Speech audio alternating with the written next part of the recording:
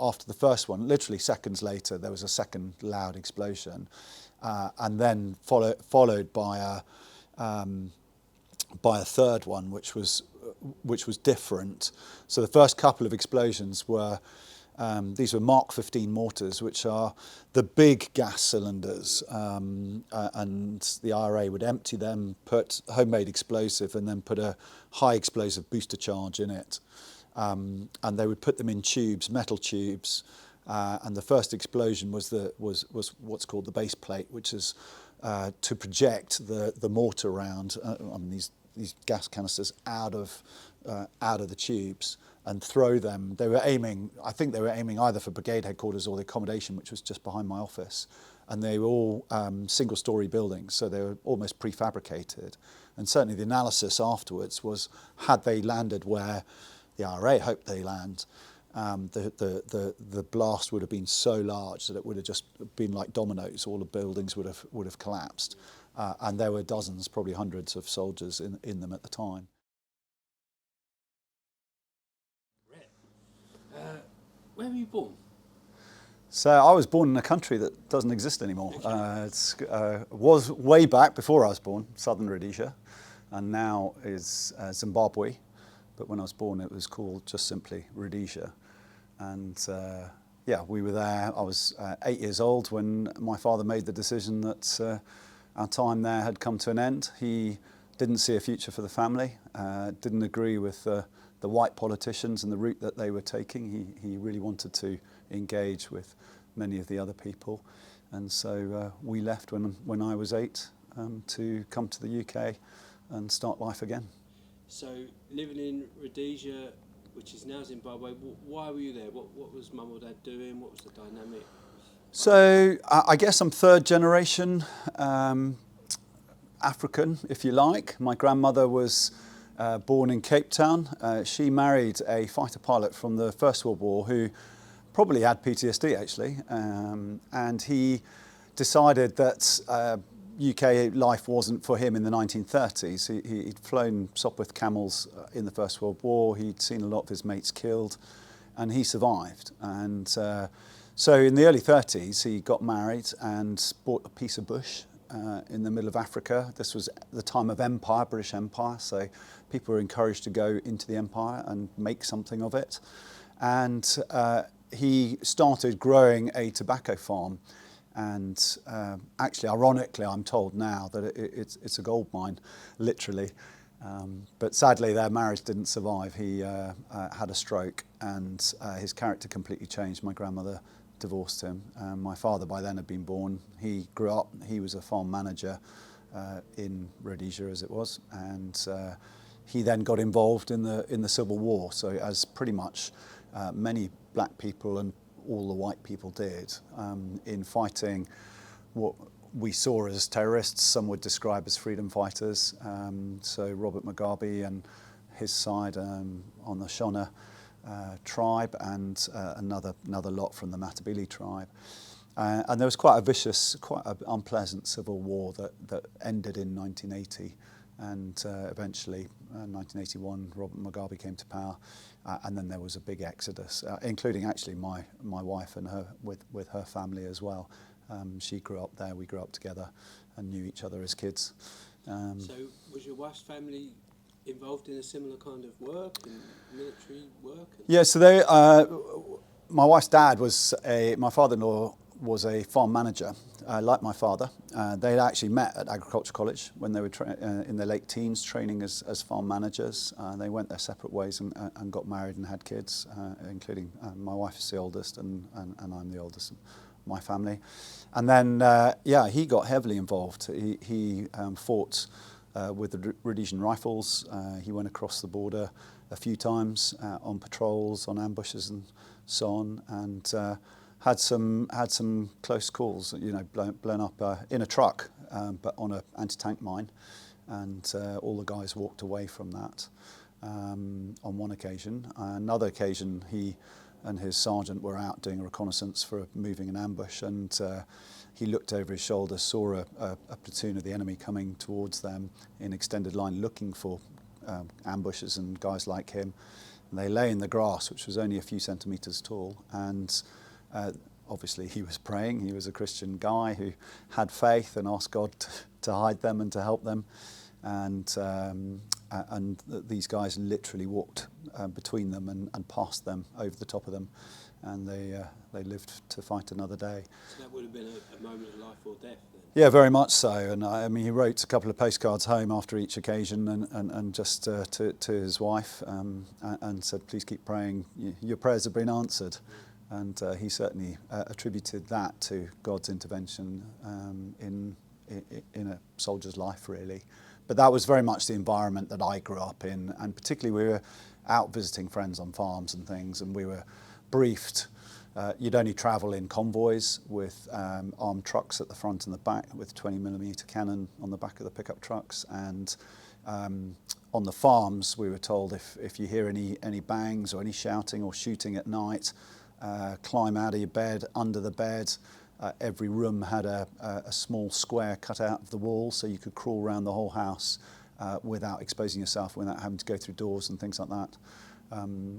So, yeah, it was a nasty little war that affected a lot of people's lives. So you experienced that as a child? Yeah, I grew up with that, yeah, I think it was hard, probably harder for.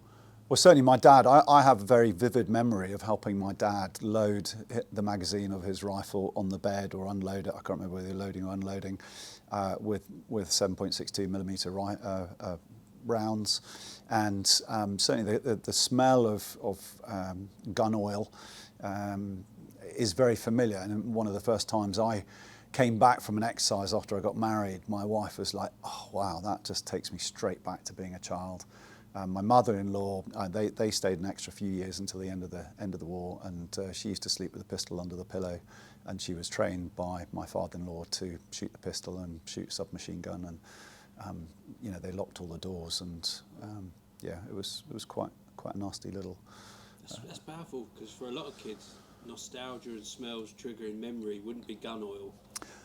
No, I think it's shaped, but you don't really know that that's any different. And I only began to realise life was different when I came to the UK, and my dad ended up working in agriculture development all over the world, mainly Africa actually.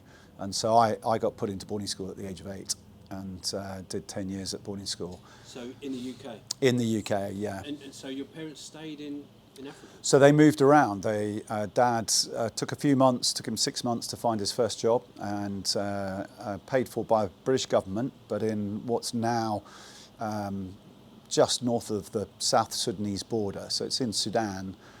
You'll have heard of the Darfur and the Janjaweed and the atrocities that go on there. The next state over is Kordofan, and we were in South Kordofan. And there were no other white people within hundreds of miles. It was just my dad and 2 or 3 other families, the team that were there. And we were literally going to places where they hadn't seen white people before. So the locals would come up and rub your skin and feel your hair and shout. There's an Arabic word, hawaja, which in Sudan was referring to white or pale-coloured people, normally Arabs who were coming to, and still do, take slaves away from the Nuba Mountains and from the south back up to the north and into the Arab lands. But yeah, so it was it was great adventure. But at the time, I was aware as an 8, 9, 10-year-old that my parents' marriage was in real trouble, and so there was this sort of boys' adventure going on when I went home on holidays into the middle of a place. There's a place called, the capital town is called Kadugli. And just getting there was an adventure, light aircraft, 6, 8, 10, 12 hours in a Land Rover or back of a truck. Sometimes by myself at the age of 9 or 10, people would pick me up, find a truck that's going through the desert to the right place, and put me on the truck. And so yeah, that was kind of me growing up. And then some years in Nigeria, Botswana, and then I went to university, visited my parents in Zanzibar, where they worked for 3 years, and eventually my dad finished in Mozambique, and we did a a visit as a family with my two young daughters when they were little, out to Mozambique. So yeah, all over Africa really. Are your parents still together? Yeah, my parents are nearly 60 years, 58 years, which is quite amazing. remarkable. And they're both in their 80s now, and my parents-in-law as well. Actually, they celebrated their 60th a year or two ago. Got a telegram from the King, which they were very pleased, the King and the Queen, and that was lovely. So yeah, I come from in terms of family, I come from quite a stable background. My parents are still together. You know, I grew up in a war, but we didn't have other major traumas. A lot of travel, a lot of separation as a family. But my parents, despite having marriage problems, did have a nominal Christian faith, and I think that helped keep them together, even when the chips were down. What was the transition like for you coming back and getting involved in UK schooling? Nightmare. It was horrendous. I came to realise that actually my worldview had been very shaped by my experience. And Rhodesia wasn't an apartheid state. It wasn't.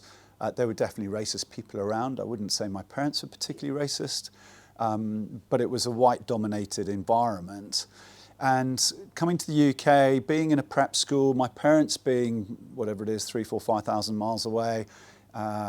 Letters, if they ever got through, were 6 to 8 weeks in getting there and getting back. There was no internet, no telephones, no satellite communications, etc., etc. So I was very isolated as an individual, and I think I was probably very young and naive, and so I saw the teachers as my friends, and actually you very quickly learn that's not the case. You look out for your mates, you don't tell tales on them, you don't lie, you don't steal, you don't, you just look out for each other.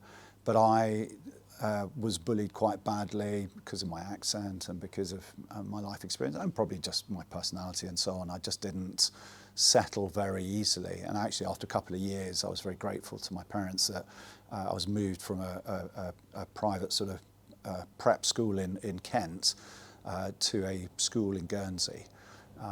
And that gave me a chance to start again, and I'd learnt all the hard lessons in my first couple of years, and that really reset me in terms of my final 8 years at sort of secondary school, and being able to get through school, survive school. I wouldn't, but lots of opportunities as well. So boarding school was tough, being away from parents and family, and my brothers did sort of slowly. I've got two younger brothers. They came and joined me eventually, but we learned to just get on with it, and that was kind of the attitude. Really hard. Like I would have thought it'd be quite lonely to experience that. Yeah, I think particularly as a young boy it was, but actually you learn to live with other people, and a lot of people don't do that until, I don't know, they join the army or they go to university or leave home. I don't know if my parents would agree, but I felt I left home at the age of 8, and so it was an adventure going home because they were always somewhere interesting to get to. In Nigeria, we were there in 1983, 84 when they had a coup, and that made life very interesting. People were being shot downtown for looting and things like that, and because we had a government number plate on our car, rather than being waved through all the checkpoints, you suddenly stopped at all the checkpoints. And lots of interesting flights because British Airways were pretty good, but anything Sudan Airways and Nigerian Airways just didn't recognise unaccompanied minors. So fortunately I'd learned as a youngster, 8, 9, 10, how to look after myself and check in my bags and get from A to B and all that sort of stuff. So when things did go really badly wrong in terms of missing a flight, flights not connecting, that sort of thing, I knew who I needed to speak to or how to get help, and that there were ways around that. But I think as a kid growing up, I wouldn't go back to those teenage years. I mean, quite apart from all the hormones, and my school was a boys' school, and we always had to walk past the girls at the girls' school waiting for their buses and things like this, and there that whole, does she like me, does she not like me, the sort of macho lads, porn mags, they were very much part of the scene. You know, certainly once you got beyond the sort of junior school, once you're into the middle and senior school, they were readily handed around. And the whole culture wasn't necessarily always healthy, but there was a strong looking out for each other. And we were blessed with a lot of sportsmen in our house. And so although we were quite small and all the others were day houses, the boarding house generally won most of the sporting competitions. Could never swim, but we could do everything else. So all the other sports we generally cleaned up. But that sport can really create that brotherhood, can't it? It really did, and that became really important for me. But also, you know, for good and bad, we played one particular hockey game. I remember. I think I was in the sixth form, not the upper six, and we had the majority of sort of first and second 11. The team we were playing had one first 11 player. He was their captain. A couple of seconds, a few thirds, and then a smattering of others. They played as a team, we played as individuals, and they beat us 1-0. And there was a real lesson in terms of you might have the best team sheet on paper, but if you don't play as a team, then that's really, then you're not going to achieve your full potential. And I think that really shaped me a lot. So I in my job now, but you know, when I was commanding a squadron, engineer squadron, all the other things, I was very much a team player. It wasn't about me being the leader and everybody else being the followers. It was about, look, we've got to make this work. We have different roles and responsibilities, and the buck stops with me. But we are going to work in a collegiate way, in a team way. So yeah, very much that kind of team and that band of brothers. That's interesting, because I heard you talk about that before, about serving the men you're leading. So it almost got forged in you at school. Yeah, I think it was. I think I saw good and bad leadership. And I think where it was individuals trying to say, yeah, hockey pitch, give me the ball and I'll score the goal. It's no. You know, you can't play 1 against 11. You've got to play 11 against 11. And if you do things as a team, but yeah, I think school did shape me in lots of ways I don't even fully realise now. But that team approach is very much, and looking out for people. So if you are the captain, you are responsible for, you know, not just the welfare and getting the best out of your people, but there's a great saying that if you look after your people, they look after you, and I think that is so true, and I've seen that time and time again. So sort of bringing us up to speed, you're at boarding school for 10 years? Yep. So where's your wife, Liesl, where's her journey during this time? What was her sort of movement? So she grew up mostly she was born in South Africa, and she grew up in Rhodesia. We started at the same school, same day together, different classes. My parents were sort of nominal Christians in their faith. They used to go along to a church, but her parents were very serious in their faith. They took that very seriously. And so we used to go, we used to sleep in the car, because back then that was the thing, while they went to Bible study at her parents' house. And we actually lived about a mile apart. And there are photos in family albums of us at each other's birthday parties, aged 5, 6, 7 years old.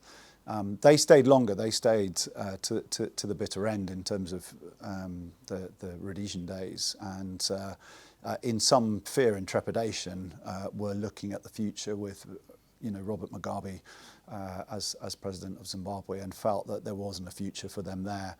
And amazingly, not far from where we're chatting now, about 5 miles away, there was a landowner, Sir Henry Williams, who had fought in the long-range desert patrol in the Second World War in North Africa, and he'd fought with a lot of Rhodesian soldiers, and he was so impressed that when my father-in-law came to visit with the family in 1980, he showed my father-in-law around the farm, and after about 2 or 3 hours, my father-in-law thought this is more than just a visit to the farm. And anyway, long story short, he offered the position of farm manager, and said, I'll give you a car, I'll give you a house, you can come and work for me if you'd like to. And so that's when her family moved from Africa to England, and only recently moved out of that after 40 years out of that farmhouse. So that was an amazing provision in a sense and generosity of Sir Henry Williams. And so my parents, my wife moved over. She also found it really hard. She had a terrible time being bullied, certainly up to A-levels, when a lot of the kids who are really mucking around, getting pregnant, sniffing glue, doing drugs, at least one died. Several of the young girls, 13, 14, 15, were bringing their babies into the class, into school, to show the other girls. It was a very tough environment for her to grow up as well. But our family stayed friends, and then when I was 19, things clicked and fell into place. We started. That's really cool. Becoming friends. Very cool. So just the Long Range Desert Patrol. Yeah. Was that the early doors for the SAS? They worked together, so they were very instrumental in the story of the SAS. Yeah, I don't know. Yeah. So the first SAS raid was an utter disaster. It was over 50% guys were killed. I mean, they were dropped into sandstorm, and a lot of them didn't get back. But the recovery plan was for the Long Range Desert Patrol to go and get them. And then they went, well, hang on, if they're going to go and get them, why are we jumping in out of a parachute, on parachutes out of aeroplanes and then walking into airfields or whatever? Why don't we drive? And so initially, the Long Range Desert Patrol were delivering the SAS into North Africa, but they more and more got involved in the SAS were running their own show with their own vehicles. But yeah. That's cool. So you're about 18. You've got a Christian faith. Tell us a little bit about how that came about. So yeah, when I got to 18, I decided I'd really had enough of education. I scraped through my A-levels. Thankfully got a place at university, but it was to do a degree in agriculture, and I wanted to take a year out. I wanted to take a gap year and travel, and I really wanted to go to Australia. I had thought initially a kibbutz in Israel, but that was kind of more 70s thing, and this was late 80s. So my parents, one of the best presents my parents ever bought me was a return ticket to Australia. I think they made it return because they're worried I might not come back. But so at 18, I jumped on an aeroplane, flew down to Sydney, and within a few days ended up staying with some friends of my parents who hadn't really had a serious faith, Christian faith, when they were in Rhodesia, but they'd moved to Australia and they'd become very serious, and they had 5 kids and 6 with me. They lived on the breadline. They, $5 or $10 made a big difference to their week or their month's bill, and so they very generously looked after me in the end for 4 weeks. And they took me to church on Sundays, and that was a bit funny. I didn't really get it. It was kind of, well, partly they prayed like they really meant it, and that was a bit odd. They prayed for healing, and they expected to see God healing, and that was a little bit strange to me. And sometimes they prayed in funny languages, and that just freaked me out. And I was like, God, I don't know what I've got myself into, but protect me. But what got me really interested, or not interested, but sort of the cogs turning, was they lived their life sort of Monday to Saturday in the same way that they talked and preached on Sundays or listened to in church. And I thought, oh, this is interesting. I'd seen a lot of hypocrisy and a lot of emptiness in the church. And in boarding school, we had to do assembly every day and sing a hymn and say a prayer and listen to a talk. And it had all been rather boring. And there were very few, I can think of 1 or 2 talks or individuals who spoke like they really had personal relationship with God. And so found a job on a sheep station, 1,000 kilometres, 24 hours by bus from Brisbane. Learnt to ride a motorbike chasing sheep through the paddocks. Did some sheep shearing and picking up the fleeces and sorting those and baling those, and building cattle grids with the boss. He needed an extra person. And I think great adventure stuff, but incredibly lonely. So he didn't normally employ anyone. He had a 12-year-old daughter, 9-year-old son. 12-year-old was away at school. The 9-year-old did radio school, so I used to call him to his class at 9 o'clock every morning. And I did take a Bible with me and started reading that a little bit. But after I did a couple of stupid things and got sacked. First proper job, first paid job, and I got sacked. And was put on a bus. The boss very kindly paid for my bus journey back to Brisbane. And I knew I had to get off and find another job farming somewhere. And so had a whole night sitting on this bus, and about 4 or 5 in the morning got off, made a coffee last about 3 or 4 hours in a garage, and then went looking for the youth hostel. Well, I was in a little agricultural town a couple of hours west of Brisbane, and it wasn't on the backpackers trail, so there was no youth hostels. The hotels wouldn't touch me because I didn't have enough cash to pay for a single night, let alone a weekend. So I ended up staying with the Salvation Army, and they took me in very kindly, put me in the drunk shelter. Smelt a bit, which wasn't so nice, but there were lots of boxes of Reader's Digest, so old magazines with stories, real life stories, and I started just reading through some of these. And one article I read was by a mum with 3 kids, and somehow she got up earlier than her kids, and she would pray, and I got that. Prayers you kind of said into space, and they kind of just went up. But she claimed that she could hear God speak to her as she read her Bible and as she prayed. And that was completely revolutionary for me. So I thought, well, if it worked for her, then I wonder if it would work for me. The next day I went to church and had a chat to the young couple who were leading the Salvation Army church. And they said, what are you doing here? Come to lunch. And over lunch they said, oh, you're looking for a job? We know some farmers. And they fixed me up with a job. And then they fixed me up with one of their welfare houses for a few months. I was there for 5 months in the end. And they... and each morning before I went to work at 6:30, 7 o'clock, I'd get up at 5, half 5, because now I knew you had to have a quiet time and you had to read your Bible and you had to pray, and I was trying to do that. And I would say over a couple of months I experienced a bit more peace in life and a bit more purpose. But this one evening, they only had Thursday nights as late night shopping till 9 o'clock. And no shops open on a Sunday, and I had to do my week's shopping. So I'm walking down the street, and these 2 guys are walking towards me, and I knew one of them a bit. He worked on the farm, and he'd actually been in prison when I first arrived on the farm for hitting probably a drunk Australian colleague, for thumping him for not accepting Jesus as his Lord and Saviour when he was walking down the streets.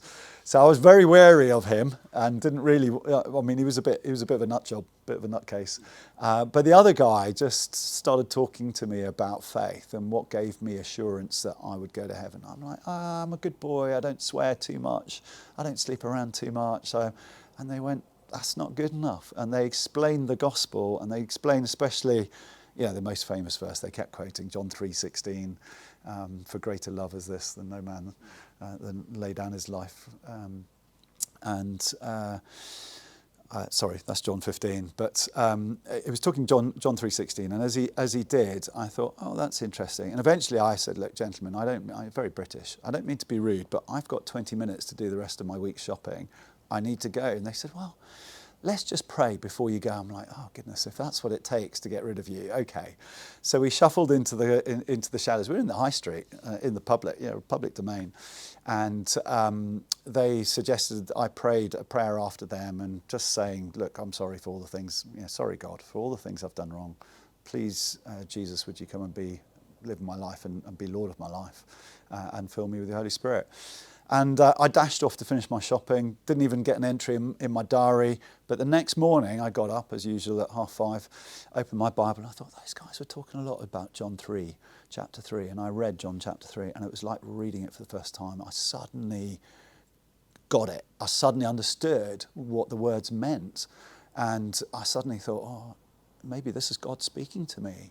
And then about 3 days later, I've been desperately avoiding this youth group because my experience of Christian youth groups at school had been really not positive, shall we say, leave it at that.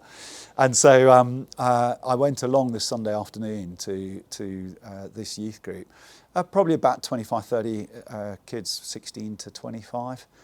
And they just accepted me for who I was. They were curious because I was because I was a Pongo, a Brit, a POM in the middle of nowhere in Australia. And they started just looking out for me and teaching me, and I literally started meeting every single night with them.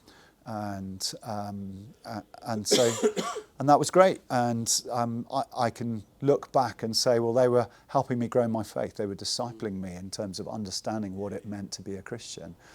And that really helped for 3 months. And then I went travelling for 3 months and started talking about my faith. And I never thought I could share my faith, but found myself sharing my faith on buses, long bus rides all around Australia, overnight, which was great. So, yeah.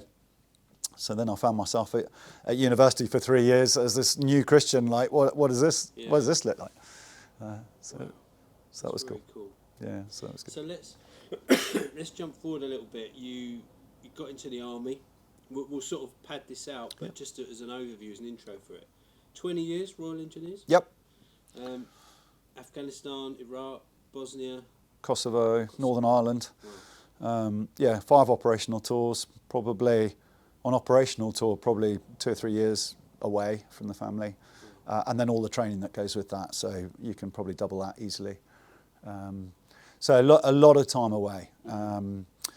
I never really set out to join the army. I enjoyed cadets at school, and I thought I'd look into it. I started doing some visits, and visited quite a few sort of places, different regiments, cap badges, different jobs. And I guess what I eventually, when I was 17 or so, I came across the Royal Engineers. And what I liked about the Royal Engineers is I really like the soldiers. They're bright. They're trained in over 30 different trades. I really like the officers. I found I fitted in the officers' mess. And the job was fascinating. No 2 days are the same. And you're always, everywhere you go, there's always a job to do. Whether it's demolishing stuff or whether it's building stuff, but there's always something to do in the engineers. And really the sappers, as we're nicknamed, help the army and to a lesser extent the Navy and the Air Force to live, move and fight. And we provide mobility, counter-mobility and survivability. So that's kind of our job in a nutshell. So, and I only intended to do 3 to 5 years. So here I am 30 years later, 20 years as a regular, nearly 10 years now as a reservist. So we say you got the T-shirt to prove it, but you've got the medals to prove it. So I've been wearing these for remembrance, as you do, over Remembrance Time. I'm actually missing a couple. I'm waiting to be issued another one on a medal parade in a couple of weeks' time. But so a bit higher. Yeah, they're in shot. United Nations Bosnia medal, that was 6 months away. We then did Kosovo, building camps when we first went into Kosovo in '99. I worked in the headquarters of Northern Ireland for 18 months, while it was still quite interesting when it was a 3-star headquarters. We had a major attack every 10 days or so in Northern Ireland. And then the last operational tour, Optelic in Iraq, as we stripped everything out and sent it home. And then Herrick 15, which was kind of the middle of the really busy times in Helmand Province. And then the other ones are really, they're the Queen's Medal. So Queen on the throne for 50, 60, 70 years. This one belongs to my wife and my family, because once you do, it's accumulated service medal. Once you do more than 2 years away on operations, they give you a medal. And then I'm waiting for the King's coronation one, which I get in a couple of weeks' time. And I've done nearly 10 years, but the Volunteer Reserve Service Medal, so time served in the reserves. So I did meet, I'll end up with 11, I think. I did meet a paramajor last year, and he had 14. I thought, wow. But it does become a bit comical, and you kind of walk around slightly lopsided with all these medals. Thankfully, I've only ever done one tour in one place, and you get a medal for each tour. I had friends who, Bosnia or Kosovo, Iraq, when they were running at full tilt, and they were doing 3, 4, 5 tours. And Ireland, because Ireland ran for 30 years, some people only have one medal, but they did 6, 7, 8 tours, and some of those tours were really challenging, really quite spicy. So. We still have that same medal culture in the army today? Has it changed slightly? No, I think there's still a recognition. There's a desire to recognise operational tours that are interesting, but we're not out trying to be the world's policeman alongside the Americans in the way that we were for much of my service career, from the early mid-90s through to the mid-teens, really. So they have brought in a wider service medal, which is a new medal. So for all those, actually guys who really graft hard, and that's the submariners, but those who go away to sea, the guys who are going in, sitting on the border in Estonia or Poland or Romania as part of the deterrence, 6 months at a time away from home, and up until recently they weren't getting any sort of recognition for that. So yeah, and the Northern Ireland one has changed slightly, but this is actually the General Service Medal. So the GSM is being reissued, and there are certain campaigns that qualify for that as well. So yeah, even I recently went to a World Conference, and there were lots of military Christian fellowships, and we were encouraged to wear our uniforms. The Americans were wearing their uniforms, and they came up and they went, "Wow, those are proper medals!" And they had a chest full, you know, they had a whole rack full, but just ribbons rather than proper medals. So yeah. And these medals, they're not just markers of you're away, you know, you're in the country. You know, you've experienced some close moments, and one we were going to talk about was Germany. Do you want to talk us through that? Yeah, there wasn't a medal for that one, funnily enough. That was when the IRA campaign was running, and ironically, I'd done 6 months away, and you know, I'd been away for 6 months in Bosnia, and you know, I had some artillery rounds landing within a couple of 100 metres. Small arms, empty cases bouncing off the Land Rover when the locals were all drunk on Slivovic, the local hooch, and just emptying, doing a sort of Bosnia unload as they emptied their magazines on the way back from the front line. But on the 27th of June 1996, I had stayed late on a Friday night. My family were an hour away in service accommodation, and 4 of my soldiers were leaving my troop, particularly having gone through Bosnia. We wanted to mark their departure back to or on other postings. And so I was working my office at 10 to 7, and there was a loud explosion across the far side of the parade square. And I thought, that's a very funny, odd time at 10 to 7 to have a security drill or whatever. And after the first one, literally seconds later, there was a second loud explosion, and then followed by a third one, which was different. So the first couple of explosions were these were Mark 15 mortars, which are the big gas cylinders, and the IRA would empty them, put homemade explosive, and then put a high explosive booster charge in it. And they would put them in tubes, metal tubes, and the first explosion was what's called the base plate, which is to project the mortar round. I mean, these gas canisters out of the tubes and throw them. I think they were aiming either for brigade headquarters or the accommodation, which was just behind my office. And they were all single-storey buildings, so they were almost prefabricated. And certainly the analysis afterwards was, had they landed where the IRA hoped they land, the blast would have been so large that it would have just been like dominoes. All the buildings would have collapsed, and there were dozens, probably hundreds of soldiers in them at the time. So I realised it was a mortar attack, and dived under my desk, as you're taught to do, and waited for a couple of minutes. I was like, oh no, what happens next? Well, we'll probably need to ascertain whether there's any casualties and go and sort of check, because there'd been 2 base plates, so there was only one explosion, so I knew there was a blind somewhere on camp. And I was just thinking, you know, what do I do? And I could hear some shouts, and I looked out my window, and 2 guys were running towards where the explosion had actually gone off, which was near our petrol oil lubricant, our petrol point, basically. And thankfully that hadn't gone up, but didn't know that at the time. It was all happening very quickly. And so I shouted, don't be so stupid. There's a blind somewhere on camp that could go off. And we don't know if the attack's finished or anything like that. Get back to where you've come from.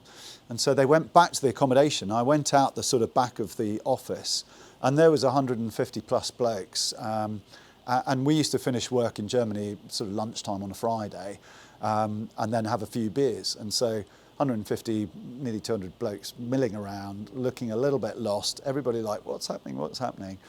And I saw 2 soldiers from the guard shift coming down. And I said, guys, where's the safe area that we can take the nominal rolls and check that there are no casualties? And they said, sir, we're just going down to the sports fields. We'll clear it.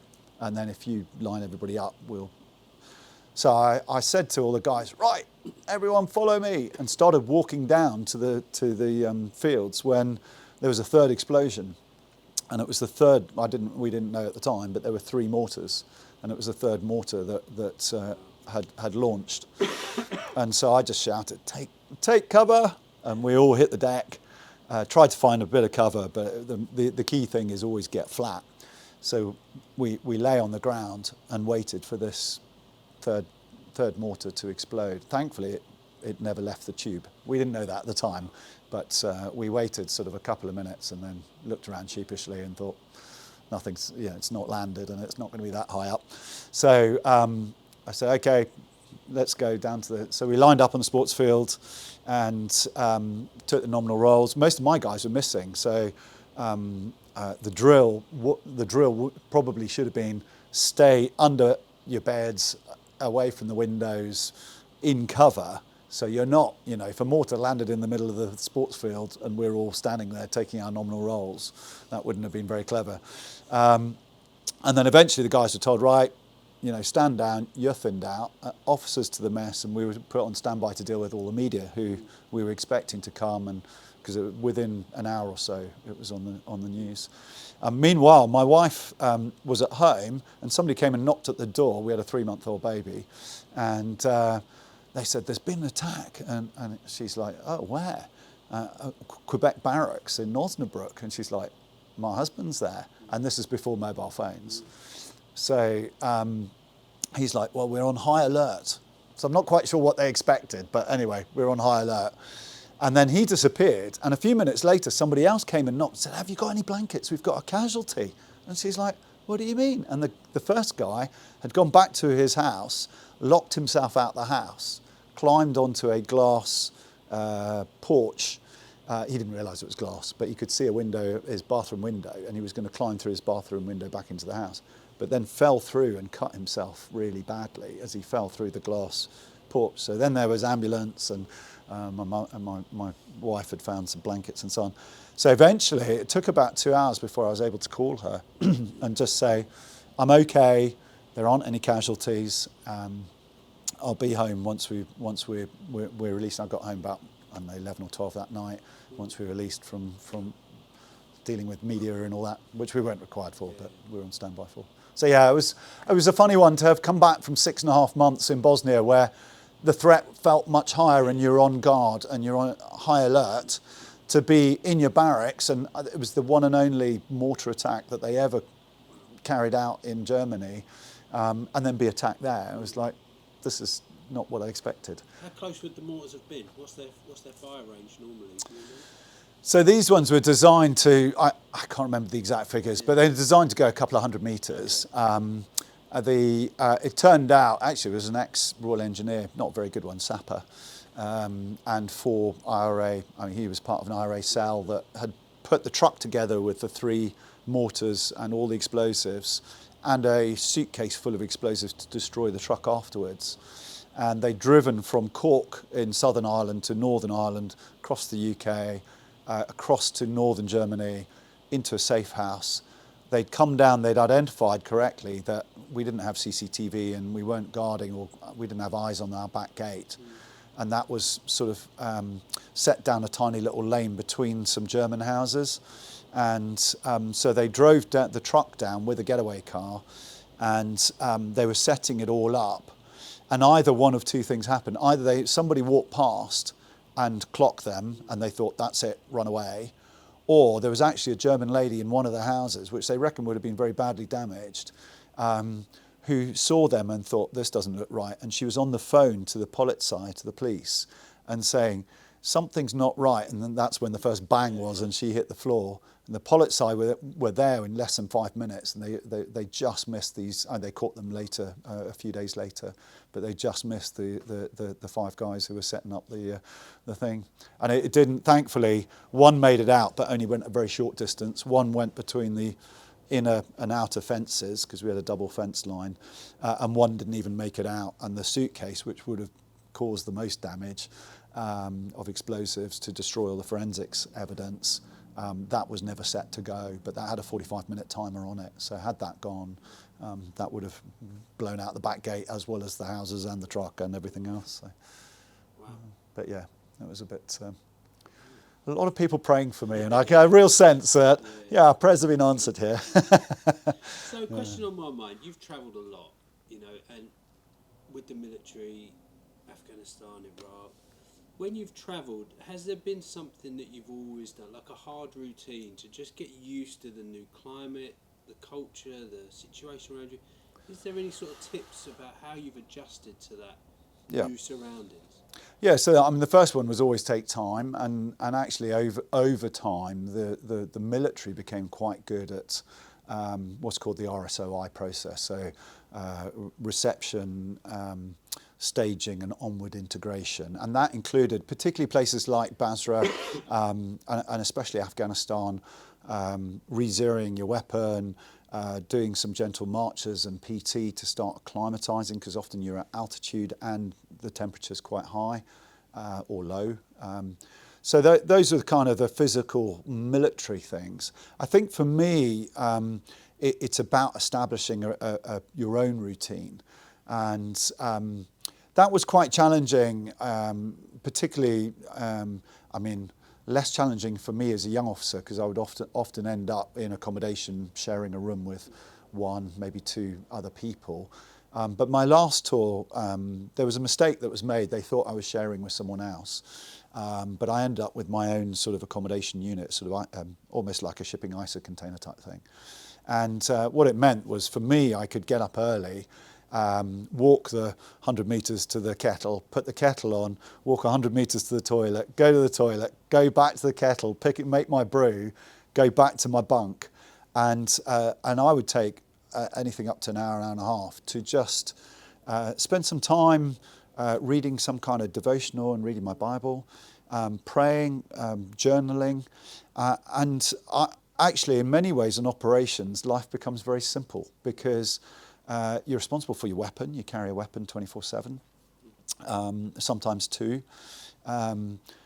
But you are only, you have your job, which we are highly trained for. There's a schizophrenic feeling as a family man. This is what I trained for. This is my job, and yet at the same time you're missing your family. So I think getting into a good routine where I can start the day right, and for me that meant having a chat to God and hearing what He had to say before my first briefing. So I'd try and grab a bite to eat on my way to first briefing at 7:30 in the morning, and then depending on the situation, normally you'd knock off 6, 7 at night. But if there was an operation or something, then you would stay as long as it took at night. So trying to get a regular routine of sleep and other habits, and also keeping yourself busy, because it's those moments when you're all quiet, and that's when it catches you out, the homesickness, I wonder what the family are doing, I wonder what my wife's doing, and so on. So yeah. And some guys are naturally quite disciplined guys. Is discipline something that you think is teachable, trainable, learnable? Yeah, definitely. And I think in my early tours and my early years in the army, I think discipline was a real challenge. I think I've made the decision to be disciplined, and I think that's really being intentional and trying to think, well, what's important and how am I going to spend my time. So now, actually, one of my biggest concerns leaving the regular army was everything's given to you in terms of what you wear every day, in terms of where you go to work, in terms of all of your program. Everything is is provided in a very structured way, and even down to things like my physical training, because you're doing it as part of being in a unit for 2, 3, 4, 5 days a week. And so as I left, and my tour in Afghanistan was part of that, I was looking for things that I thought would be important. And so now for me, when I get up in the morning, I'll still make a cup of tea, make one for my wife, and then I'll go downstairs and get my Bible plan out, my notes. And I look to have a longer quiet time with God, chatting to God, than I do doing physical training. Sometimes my PT's longer if I go for a half marathon distance run or whatever. And then I go out normally for a run. Sometimes I'll do a bit of physical training in my front room or in the gym or whatever. But I'm trying to sort of build that in every day. You know, when you're on the road and so on, it doesn't always work out. Last few days I've been talking at churches for Remembrance Sunday and schools and things like that. So it's not always possible, but my normal routine at home is the same most days, and it's good to have that. How many cups of tea do you reckon you've drunk in your lifetime? It's got to be in the millions, isn't it? It probably has. I alternate. I get bored. So from my childhood, I drink Redbush tea, Rooibos. So I'll have a cup of Rooibos, couple of cups of coffee, decent coffee, German coffee, obviously, because I spent 12 of my 20 years in the regulars was in Germany. So and then I alternate with Earl Grey and hot chocolate, and each time it's a big cup. So I quite like these big sort of half-litre cups, which means a lot of times I'll have to get up to go to the toilet, make myself another brew, and then go and have. But yeah, thousands and thousands of those every year, probably, let alone every in my lifetime. So it is true that the British Army is fueled by tea. Totally. Brews are so important. You can't. The Navy, of course, would say wets, but we would say, yeah, a good brew. It just needs to be hot, ideally hot and strong, but and maybe with sugar if you're in the field. So a couple more questions. Yeah. You've led squadrons of men. It's been part of your career for a long time. What are the main sort of things that you think men respond to?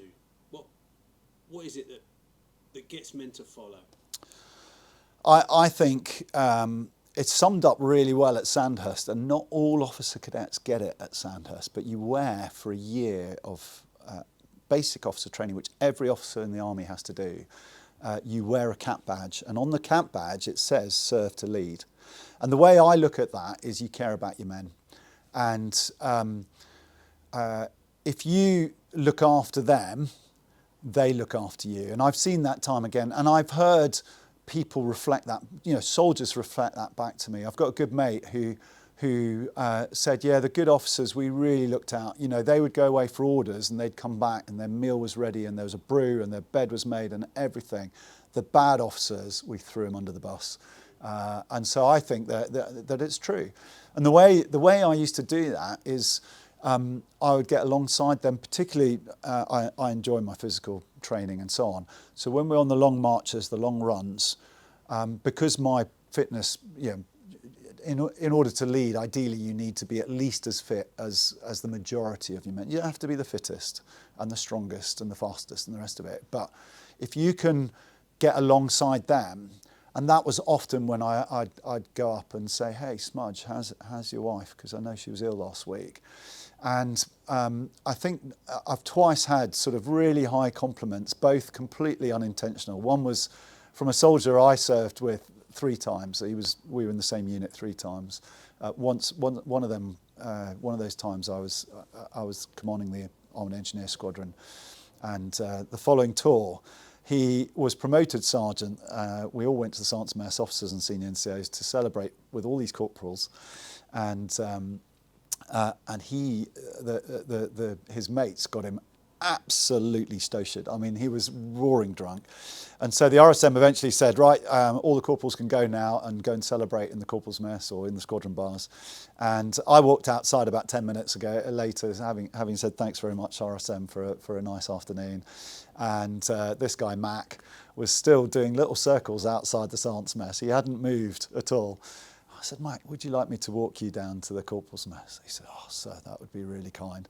And as we sort of meandered our way, it was definitely a longer walk than we might have taken otherwise.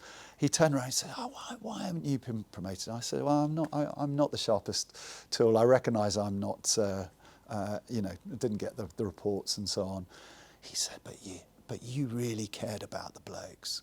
And I thought, do you know what? I'll take that. That is the highest compliment. And actually another guy he wasn't even in my squadron. He was a sergeant major. He had been actually as a corporal when I was a 2IC, a squadron 2IC, second in command. But he was one of our company sergeant majors. We did a tour in Iraq alongside each other at the same time.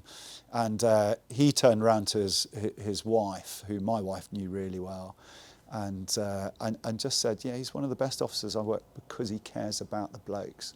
And I think if you care about your blokes, I'm not very proud of it. It was quite a sad, I feel it was more of a failure on me.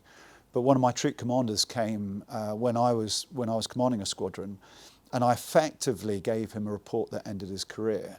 And the reason was he never took responsibility. He didn't care about his guys enough to say, okay, that went wrong, it's my fault, even when it wasn't. And so on 4 different occasions, when he got caught out, he would blame his corporals. Well, once is stupid, that's a stupid mistake. You can learn from your mistakes.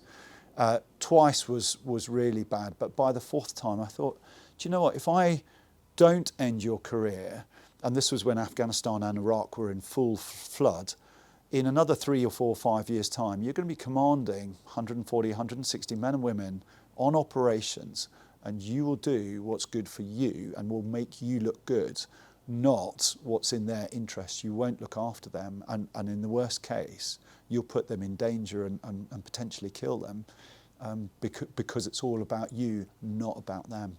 And so I think, care for your guys. I think the other one is take responsibility. So I feel as a leader, I'm one of the lead directors for the Armed Forces Christian Union. When things go really well, we have got the best team, and they pull out blind and they work really hard. And so all the credit should go to your team, to those around you. When things go wrong, the responsibility stops with me.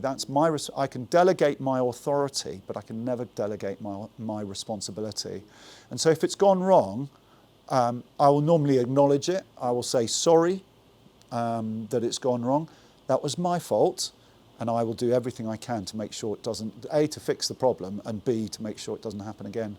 And I think taking that responsibility, and when you've got the guys' backs, when you provide that top cover, they feel safe, and then they will share things with you and do life with you and support you and encourage you in that same way. Decade or more at the AFCU, Yep. Forces Christian Union. What's it about? Tell us the vision just to finish. Yeah, so my day job, when I'm not, this is kind of my hobby now, being in the army, I love it. But my full-time job is as membership director. I'm one of 3 directors, and we're just the latest leaders in a long line of leadership that we trace our roots all the way back to 1851. And there was a captain in the British Indian Army, in the Lifeguards, and in the northwest frontier, so kind of think Pakistan-Afghan border. And he wrote home to his church in London, and he said, guys, please pray for me and pray for my men. I'm really struggling in my faith because I haven't got any fellowships. I feel quite isolated as a Christian here, and it's quite hard living out my Christian faith. My soldiers don't know Jesus as Lord and Saviour. They don't have a relationship with God. And the locals are trying to kill us all. And actually, having served out there now about just over 10 years ago, I'd say in the intervening 160 years, not a lot had changed. It's really tough being in the military as a Christian, hanging on to your faith. A lot of our soldiers, sailors, aviators, Royal Marines don't have faith. They don't have a hope. And all the things, all the things that faith gives you, a reassurance of eternal life. And many places we go, people are still trying to kill us.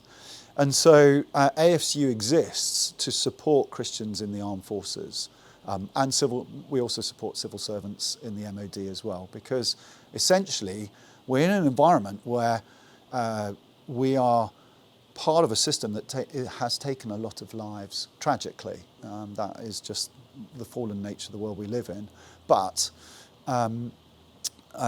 there is hope where people have faith, and my observation is without any support it's really hard to hang on to your faith. But if we can organise events, 34 events or so is what we organise a year, if we can provide resources that speak to military men and women about being in the military and faith in the military, if we can visit and get out and occasionally have a coffee in an office, in a storeroom.